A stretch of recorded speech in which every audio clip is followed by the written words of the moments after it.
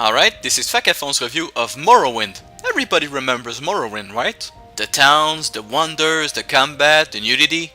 Wait, what? Morrowind was the third installment in the Elder Scrolls series, and it was a great game.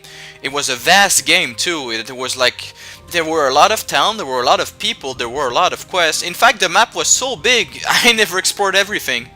Of course, today the game is not up to par anymore because the game had a lot of flaws, and today it really just drags it down. The graphics, of course, are not as good as they used to be, I mean, when you compare it to games today, but it's still pretty good. The combat mode was pretty basic, where you just click a button until the guy died. Have at thee, cuh! Magic could be really frustrating because sometimes you would miss a spell and you'd use mana anyway, so you'd just be casting nothing. Fuck! But that's pretty much nitpicky. The real problem was the quests, and everyone who played this game knows what I'm talking about. Keeping track of the quest was really difficult, especially on the Xbox. When you accomplished anything on any quest, you would write it down in a journal, but not in order, so it would be a mix-max of every quest you did. Luckily, on the PC version, you could actually sort your quest in an index, but even then it was pretty difficult because the directions were vague, and most of the time you had to meet people you didn't even know where they were. I remember a quest, it told me to find a guy, but it never told me where he was, so I was screwed.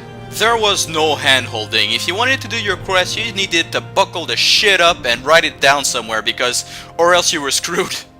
Look at those fucking slavers. I'll free you, slaves! There we go! You're free! As you can imagine, this game was way more difficult than its counterparts like Oblivion or Skyrim. Even if the difficulty was on easy, that didn't mean things were easy. It just meant the enemies were not as strong. So if you wanted to convince people, you needed a lot of speedcraft or else it would just hate you. If you wanted to buy stuff, you needed to have a lot of barter or else you were gonna have shitty prices. If you wanted to sell something very valuable, there were not a lot of merchants with a lot of money, so you need to do trades. And if you were not very strong, you could not carry a lot, so you were pretty much always screwed. Still hitting. One thing that this game had that the new games don't have was more choices. It may sound ridiculous, but there were more weapons and there were more types of armor. You could wear light, heavy, and medium armor, and there were swords, axes, blunt weapons, and spears. And I don't know why they took out spears, and I don't know why they took out medium armor. Maybe to make the game more simple, but it did give you more choice and you could be more versatile because different types of weapon would help you in different kinds of situations depending on what kind of style you wanted to have. Hey look! It's the guy who wrote the Lusty Argonian Maid!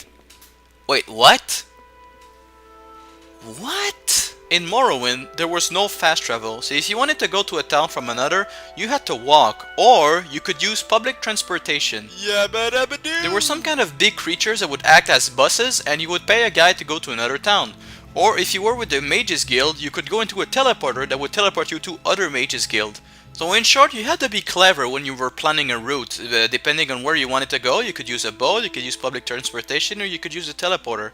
And you needed to use those because if you were gonna walk all the way, it could take a lot of time and it could be dangerous.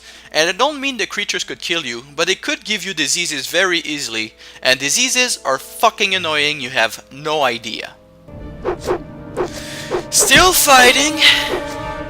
As usual, there was alchemy in this game, and it was pretty useful, and I would even go as far to say it was more useful this game than the other ones.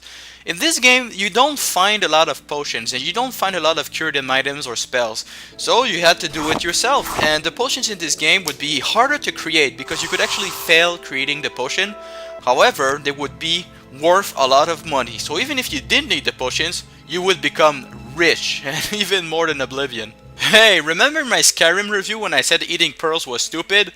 Well, in this game, you can eat diamonds and raw glass. Yeah! It's good for the throat, you know? That's it for my review of Morrowind. You know, I won't understand if people today didn't really want to play that game because it's old and it's more complicated, but it's worth a shot. It still is a good game, even with its flaws, and it's worth playing. My recommendation? Yeah, give it a go. Of course, I would personally play Oblivion or Skyrim over Morrowind, but it's still a good game, man. Check it out, it's always fun to try out. So, see you on my next review.